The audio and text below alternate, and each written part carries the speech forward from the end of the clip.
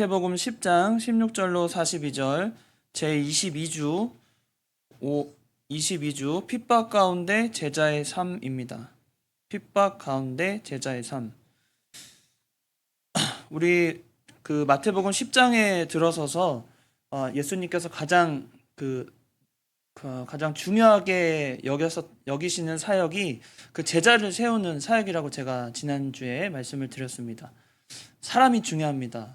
하나님께서는 예수님도 하나님이시니까 하나님으로서 능력이 부족하거나 지혜가 부족하지 않으시지만 방법에 있어서는 분명히 전도의 미련한 방법을 통해 가장 기뻐하신다고 우리에게 그 방법을 알려주셨기 때문에 무엇보다도 제자들이 세워지는 걸 가장 기쁘게 생각하시고 또 가장 중요하게 여기셨습니다. 저 12제자를 세우실 때 권능을 주시고 지혜를 주시고 늘 함께 하겠다고 약속을 주셨는데 그 약속을 주시면서 오늘 본문에는 그런데 너희가 이제 하나님의 일을 하기 시작하면 핍박이 있을 거라고 말씀을 주시는 거예요. 그러니까 처음에 어떤 일을 시작할 때 우리가 이 일 참 즐거워요, 재밌어요, 또 할 수 있는 모든 능력도 다 줄 거예요. 다 이렇게 좋은 것만 설명하면 사람들을 속이는 거죠. 어떤 일을 시작할 때도 이건 좀 어려운 면이 이것도 있고 저런 면도 있고 그런 걸 잘 감당하면 또 감당할 힘도 주시고 다 이렇게 할 수 있습니다. 그러니까 어떤 그 회사에서 그 직원들을 채용할 때도 사람에게 좋은 것만 알려주면 안 됩니다. 그 사람이 어떻게 이 일을 잘 적응하고 일을 해낼지를 좀 잘 자세히 설명해 줘야 돼요. 장점은 이런 게 있고, 그런데 단점은 이런 문제가 우리가 참 어려운데 이 일을 좀 맡아줘야 된다. 우리가 좋은 면만 알려주는 것이 결코 덕이 되지 않습니다. 예수님께서도 제자들을 세우실 때 그들에게 권능과 지혜 하나님이 주시고 또 약속을 통한 그 소망을 심어주시는 것 가장 중요하지만 현실에 있어서 부딪히는 그런 핍박이 반드시 있을 것을 예수님이 제자들에게 가르쳐 주시는 겁니다. 그래서 첫 번째 제자들에게 말씀을 주실 때 핍박을 각오하고 참아내라는 거예요. 근데 그 참아낼 때 어떻게 참아내야 하냐면 16절에 보니까 뱀같이 지혜롭고 비둘기같이 순결하라고 했습니다. 그런데 예수님께서 이 제자들을 보낼 때 어떤 마음으로 제자들을 삼으시고 보냈냐면 16절 처음에 보시면 보라 내가 너희를 보냄이 양을 이리 가운데 보낸 것 같도다. 이런 말씀하십니다. 참 양을 기르는 주인이 그 양을 뱀 가운데로 보낸다고 생각해 보세요. 어떤 마음일까요? 뱀이 아니라 그 이리에게 보내면 이 양이 어떻게 될 걸 이미 알죠. 양을 보내면 이리가 가만히 있겠어요? 잡아먹거나, 그죠? 상처를 주거나, 물어뜯거나, 하여튼 어떤 상처가 나고 괴롭힘을 당할 게 뻔하거든요. 그런데 그런 가운데 양을 보내는 것 같은 마음으로 너희를 보낸다는 거예요.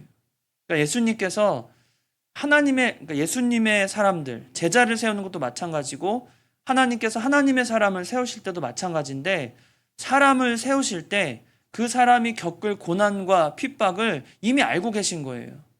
알고 계시지만 그 가운데 보낼 수밖에 없는 것이 하나님의 그 구원 사역의 그 첫 번째라는 것입니다. 왜 보내셔야 되냐면 그 안에 소망이 있기 때문이에요. 핍박은 있지만 결국에는 소망이 있기 때문에 그들을 인내하고 가르쳐서 하나님의 사실은 아직은 제자들이 실력이 없거든요. 예수님은 완벽하시고 지혜로우시지만 제자들은 더 만들어지고 인내하고 어떤 경험치가 너무 부족해요. 근데 그런 면을 가르치기 위해서 예수님은 부득불 예수님의 양을 이리 가운데 보내는 그 심정으로 보낸다는 거예요. 근데 하나님이 우리를 생각하실 때 세상에 우리를 두실 때도 마찬가지라는 겁니다. 하나님께서 우리를 생각하실 때 얼마나 가엾게 생각하시겠어요, 사실은. 우리는 저 천국을 소망하면서 사니까 오전에는 막 기쁨을 가지라고 제가 말씀드렸는데 사실은 기쁨 갖는 게 쉽지 않잖아요. 세상살이에서. 그런데 하나님은 그런 가운데서도 우리를 보내실 이유가 분명히 있는 겁니다. 그 핍박을 통한 인내와 또 그 인내를 통한 소망을 우리에게 주시기 위해서입니다. 근데 여기서 뱀같이 지혜롭다라는 말을 표현했잖아요. 지혜는 지혜인데 뱀같이 지혜롭대요. 그러니까 이것을 잘못 오해하면 안 됩니다. 뱀같이 지혜롭다고 하니까 뱀하면 어떤 사건이 늘 떠오르세요? 에덴 동산에서 뱀이 하와를 유혹하는 그 장면이 항상 먼저 떠오르잖아요. 그걸 비유로 말씀하셨지만 그러면 그렇게 간교하고 아주 약삭빠르게 그런 지혜를 가지라는 뜻이 절대 아닙니다. 이 뱀같이 지혜롭다는 뜻은 뱀이 지혜를 사용한 그 면을 배우라는 거예요. 어떤 일을 할 때 우리가 특히 복음을 전할 때나 어떤 일을 해 나갈 때 뱀같이 간교하게 아주 이 사람 저 사람 그냥 녹여가지고 마음을 살살살 녹여가지고 아주 간사하게 지혜를 쓰란 뜻이 아니라 이거 잘못 해석하면 안 됩니다. 이렇게 해석하는 부분이 꽤 많아요. 여러 부분에서. 그러나 그 뜻이 아닙니다. 그러면 굉장히 우리에게 잘못된 교훈을 가르치는 거잖아요. 그럼 뱀같이 아주 간사하게 살아야 그게 옳은 거구나. 이렇게 이해할 수 있잖아요. 절대 그게 아니고 뱀이 지혜를 써서 하와를 유혹한 것 같이 우리도 지혜를 쓰라는 겁니다. 그런데 그 지혜가 어때야 돼요? 비둘기같이 순결하라는 거예요. 이건 어디랑 상통하게 되냐면 야고보서 3장 17절에 보면 위로부터 난 지혜는 하고 지혜 여러 가지 설명을 했습니다. 야고보서 3장 17절이에요. 위로부터 난 지혜는 첫째 순결하고 첫 번째가 뭐냐면 순결하라고 나와요. 야고보서 3장 17절입니다. 그리고 화평하고 화목하고 그런 이야기들 쭉 이제 위로부터 난 지혜에 대한 설명이 나오거든요.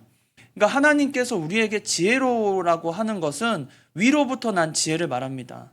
그래서 순결한 지혜예요. 순수하고 바르고 정직하고 진실되고 그런 지혜를 우리 보고 가지고 또 그걸 가지고 이 핍박을 참아내고 이겨내라는 겁니다.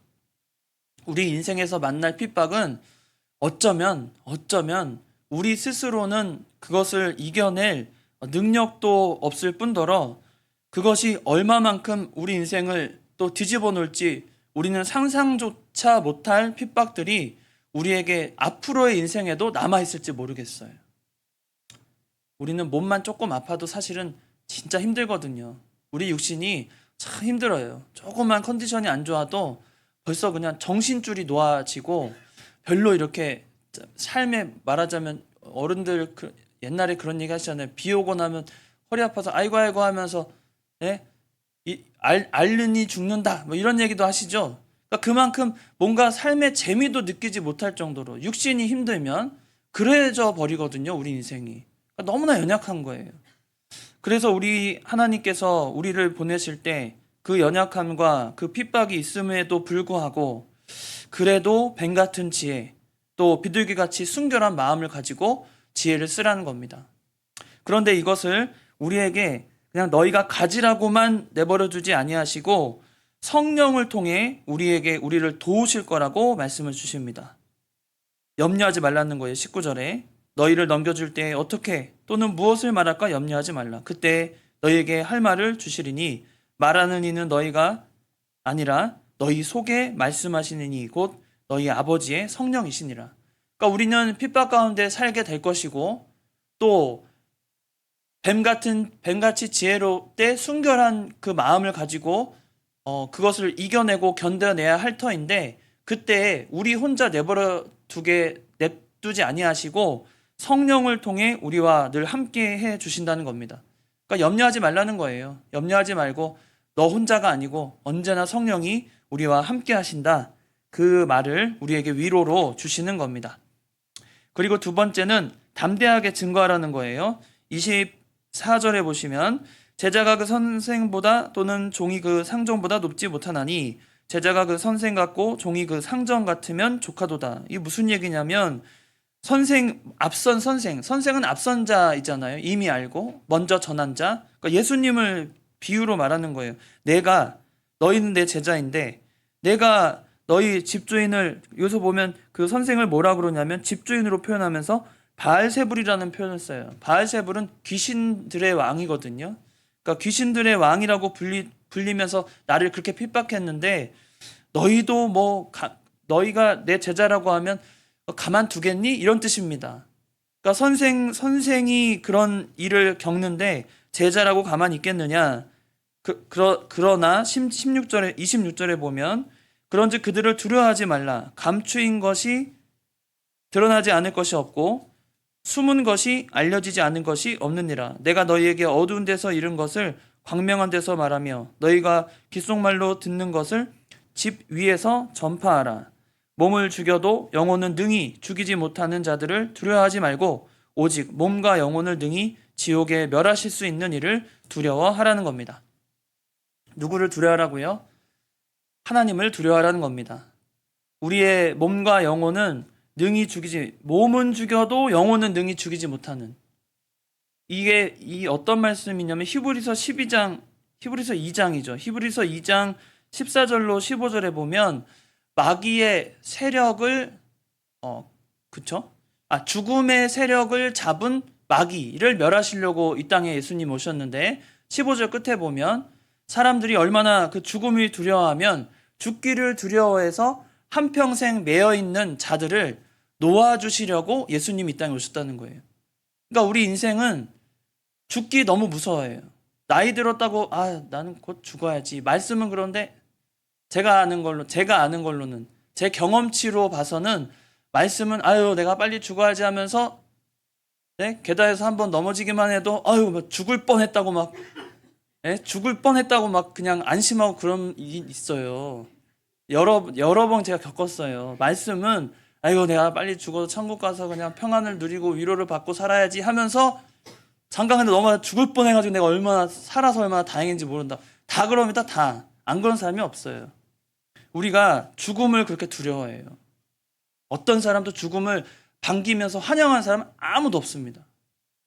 그런데 그들이 중요한 건 뭐냐면 죽기를 무서워해서 한평생 매여 있다는 거예요. 매여서 누구의 종노릇해요? 마귀의 종노릇하는 거예요. 그들을 구원하시려고 예수님이 이 땅에 오신 겁니다. 그러니까 그런 능력 있는 예수님이 너희와 함께 하시는데 너희가 핍박이 있고 세상에 공고와 슬픔과 아픔이 있다고 해도 제자의 그 삶을 이어가라는 겁니다.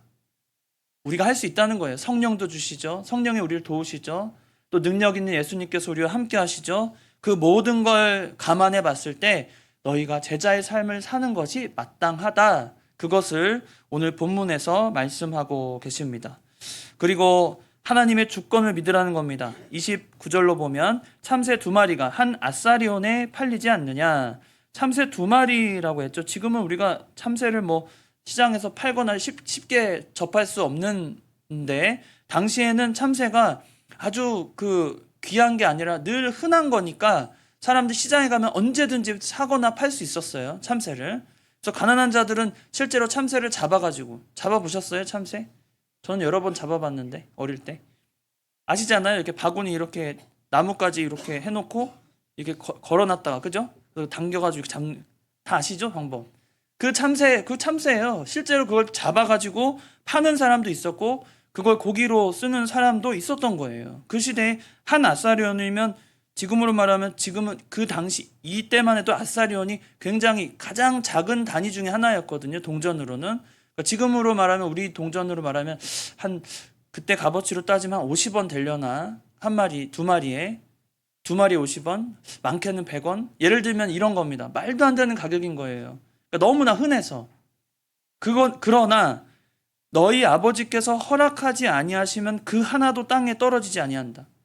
그러니까 우리 인생에 우리가 그냥 숨만 쉬고 산다고 말하지만 여러분의 숨을 주관하시는 건 하나님이시고 우리가 잠깐 사는 인생이지만 그 잠깐의 영역에서도 하나님의 능력이 미치지 않는 순간과 공간은 이 세상에 전혀 없다는 겁니다. 여러분이 무슨 지옥이 아니라 여러분이 지하에 있든지 높은 어디 고층 무슨 전망대에 있든지 하나님의 주권대로 우리의 인생이 좌지우지 되는 것이지 어떤 우리의 능력과 우리의 노력으로 그것을 피하거나 혹은 우리가 그 운명을 만든다거나 할 수가 없다는 거예요. 하나님의 주권이 그렇게 강력한 겁니다. 하나님의 강력한 주권을 믿고 너희 머리털까지 다 세신 받으시는 하나님을 의지하고 살라는 거죠. 여러분 머리털 얼마나 되십니까? 몇 개인지 아세요? 알 수도 없는, 생각하기도 쉽지 않은 그런 것조차도 하나님은 다 세신 바 되시고 알고 계신다는 거죠. 그러니까 우리가 염려할 것은 없다는 거예요. 핍박이 있다는 사실은 받아들이되 그 핍박 가운데서 하나님을 의지하고 살면 그 또한 우리에게 하나님이 이길 힘과 능력과 성령과 하나님의 권능을 다 입혀주실 것이니 너희는 참아내라는 겁니다. 진짜 승리하는 사람 참아내는 거예요. 가장 옛날에는 굵고 짧게 살고 싶다 막 그런 표현하는 사람들 있죠. 세상에서 굵고 짧게 살고 싶대요. 거짓말이에요, 거짓말. 전 그 말하는 사람 제일 이해가 안 돼. 거짓말이에요. 그렇게 살고 싶은 사람은 한 명도 없어요. 자기 말로는 막 엄청 막 굵고 짧게, 누구나 다 굵고 길게 살고 싶습니다. 모든 사람이 그래요. 아주 본능적으로 그런 거예요, 사람은. 근데 그 모든 주권이 하나님께 있다는 거예요. 장담 못해요. 아무리 그렇게 살고 싶어도 장담 못합니다. 우리의 인생을 장담 못하지만 하나님께서는 우리의 주권자가 되셔서 모든 것을 맡아 주관하실 테니 그 하나님을 두려워하면서 인내하라는 겁니다. 인생은 참아내는 자가 승리자입니다. 여러분 오래오래 사시면서 오래오래 믿음 생활하는 게 진짜 승리자예요. 나중에 보세요. 동창들 다 만나고 가까이 있는 사람들 다 만나고 나이 들어서 만나보면 누가 승리자인지 딱 알 수 있어요. 알 수 있어요. 참아내고 인내하고 길게 보고 그런 사람들이 결국에는 승리자가 됩니다. 무슨 막 강렬한 어떤 인상이 있고 뭔가 막 대단한 걸 쥐고 있어, 그런 아무 소용 없어요. 진짜 인생에서 승리자는 하나님을 믿고 하나님을 두려워하면서 하나님의 주권을 믿고 살아가는 그런 자들이 진짜 승리자가 되는 것입니다. 우리가 그런 자가 되라는 거예요. 그리고 하나님께서는 이제 모든 것을 주님께 맡기고 주님을 따르라고 이제 34절로 마지막 부분에 말씀을 주십니다. 34절에 보면 내가 세상에 화평을 주러 온 줄로 생각하지 말라. 화평이 아니요 검을 주러 왔노라. 검은 뭡니까? 검은 잘라내고 쳐내고 분리하고 그런 거잖아요. 이 검은 우리 신앙적으로 말하면 분별력을 말해요. 하나님께서 이 세상의 성도들을 내어주신 목적은 그들로 하여금 스스로 이것이 진리인지 비진리인지를 분별해서 살아갈 수 있는 그런 신앙적 그 실력을 키우도록 하나님이 우리에게 어려움을 주실 겁니다. 또 주십니다. 주셨고 주실 거고 주고 계시고 우리의 과거, 현재, 미래에 언제나 핍박이 있다고 믿어야 돼요. 믿다기보다는 언제나 그 핍박이 있다고 감안해 둬야 돼요. 우리 인생이 예수님을 믿으면 모든 것이 다 좋아지고 행복해지고 편안해집니다. 어쩌면 그것은 우리가 달콤한 유혹, 그냥 말도 안 되는 달콤한 유혹으로 복음을 전하는 거죠. 그렇지 않잖아요. 믿음 가운데서 핍박은 있을 겁니다. 그러나 우리에게 주어진 그 핍박이 우리를 삼키거나 우리를 완전히 올가매는 것이 아니라 우리의 실력을 키울 수 있는 핍박으로 우리 인생 가운데 우리의 옆길을 계속 가시밭으로 만들어 나갈 것입니다. 그때마다 우리는 실력이 늘어날 줄 믿고 소망을 가지고 하나님을 붙잡고 사는 저 여러분이 되어야 하겠습니다. 마지막으로 복음을 전하는 자, 이들에게 복이 있다는 거예요. 40절로 42절에 보시면 너희를 영접하는 자는 나를 영접하는 것이요 나를 영접하는 자는 나를 보내신 이를 영접하는 것이니 선지자의 이름으로 선지자를 영접하는 자는 선지자의 상을 받을 것이요 의인의 이름으로 의인을 영접하는 자는 의인의 상을 받을 것이요 라고 했습니다. 의인의 삶, 우리가 갈라디아서 6장 6절에도 그런 말씀 주시잖아요. 가르침을 받는 자는 말씀을 가르치는 자와 뭐 하라고요? 모든 좋은 것을 함께하라.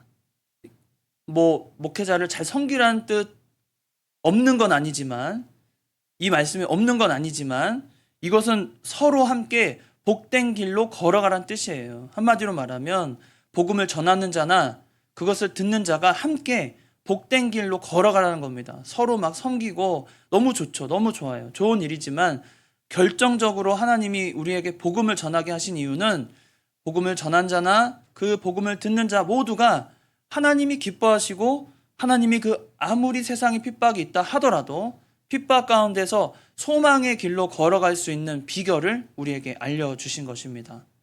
우리는 그런 길을 걸어가는 거예요. 세상에 깨끗하고 좋고 편안하고 또 행복한 길 있습니다. 있어요.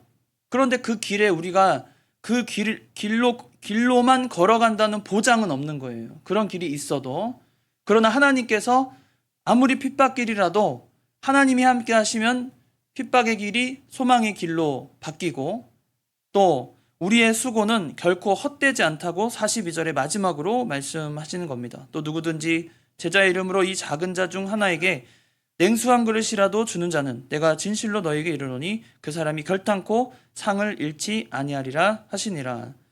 작은 자, 우리가 섬겨야 될 자 주변에 많이 있습니다. 그런 자들을 섬기는 것이 우리의 삶이 돼야 한다는 거죠. 그러나 이것은 그 연약하고 부족한 자를 섬기는 가르침도 있지만 이 안에는 냉수 한 그릇이라는 것이 무엇이냐면 그 자에게, 작은 자에게는 그게 너무나 귀한 거잖아요. 당장에 필요하고 당장에 귀한 것을 우리가 내어줄 수 있을 만큼 복음이라는 것이 가장 귀한 걸 내어주는 마음으로 복음을 전하고 그것을 받아주는 자, 이 둘이 결코 상을 잃지 않게 된다는 뜻입니다. 그러니까 우리가 복음을 전할 때 진심으로 내 마음을 다하고 가장 귀한 것을 전한다고 마음 먹고 전할 때 복음을 전하는 자에게 하나님이 주시는 복이 결코 사그라들지 않고 또 사라지지 않고 잃지 않고 하나님의 놀라운 은혜 가운데 우리를 인도하신다는 겁니다. 이 말씀을 받을 때 우리가 예수님의 제자다운 삶이 어떤 건지 배우게 되는데 우리가 가지고 있는 우리가 가지고 있는 그 세상의 짐은 무거울 거예요. 무겁습니다. 그래서 예수님도 마태복음 11장 28절에 뭐라고 그랬어요? 수고하고 무거운 짐진 자라고 분명히 말씀하셨잖아요. 우리의 삶이 수고롭고 무겁습니다. 그러나 그 짐진 자들을 다 어떻게 한다고 그랬어요? 다 내게로 오라고 그랬잖아요. 그게 복음이거든요. 예수님께 오는 게. 그런 자에게 하나님께서 쉬게 하신다는 소망을 주셨습니다. 마태복음 11장 28절이죠. 그러니까 우리가 가져야 될 제자의 삶은 무겁지만 한 발자국이라도 앞으로 걸어가야 하고 지치지만 다시 무릎에 힘을 내야 하는 그런 삶입니다. 그러나 그 삶이 외롭진 않을 거예요. 여러분 그걸 믿으세요. 여러분의 삶이 신앙적인 삶을 살아가는 게 힘들지만 외롭진 않을 겁니다. 그걸 하나님이 말씀하시는 거예요. 외롭지 않고 소망 있는 길을 우리에게 알려주십니다. 우리가 그래서 경건생활, 믿음생활, 특히 좀 요즘에 기도하는 문제나 여러 가지가 참 마음에 편하고 또 열심히 해야 되는데 잘 이렇게 안 되는 몇몇 분들도 요즘에 그럴 수 있을 것 같아요. 신앙적으로 뭔가 기도가 안 나오고 무슨 말을 해야 될지 모르겠고 그런 신앙적인 문제를 안고 계시는 분들 많이 계시거든요. 우리 교회 안에서도. 그러나 그때 우리가 가져야 될 것은 그 어려운 길을 내가 한 발자국 더 가자. 이런 마음으로 사는 겁니다. 목회자도 단에 서는 거 신나고 재밌을 때도 있지만 신나고 재미있는 거는 말씀을 전하고 나서 한 몇 분.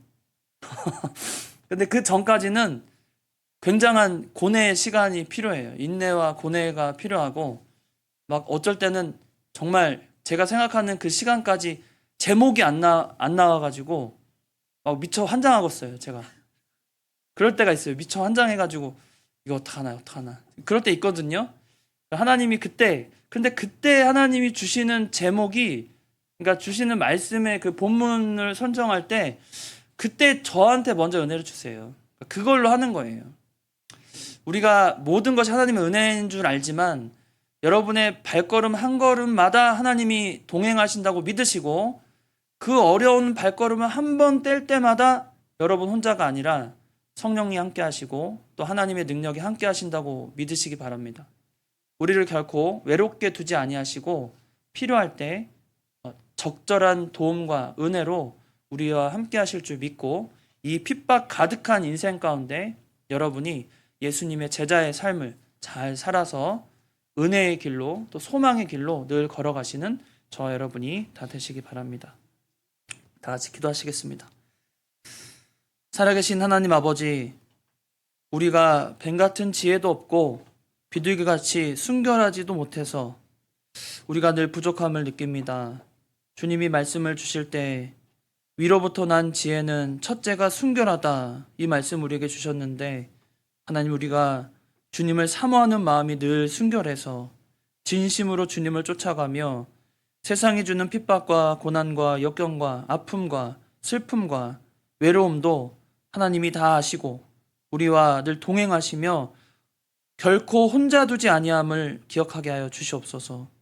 우리가 믿음 쓸 때마다 하나님께서 새로운 힘을 허락하시고 안 될 것 같고 힘들 것 같고 말주변도 없고 어떻게 해야 될지 막막할 때, 우리가 하나님을 찾고 간절히 소망할 때 하나님이 어루만져 주시며 우리와 동행하시며 은혜로 충만히 내려주실 걸 믿고 한 걸음 한 번 더 떼는 그런 믿음이 되게 하여 주시옵소서.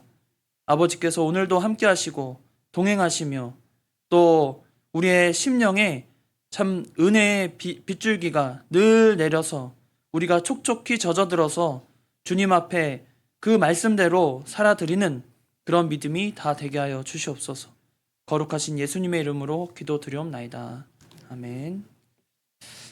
찬송가 341장입니다.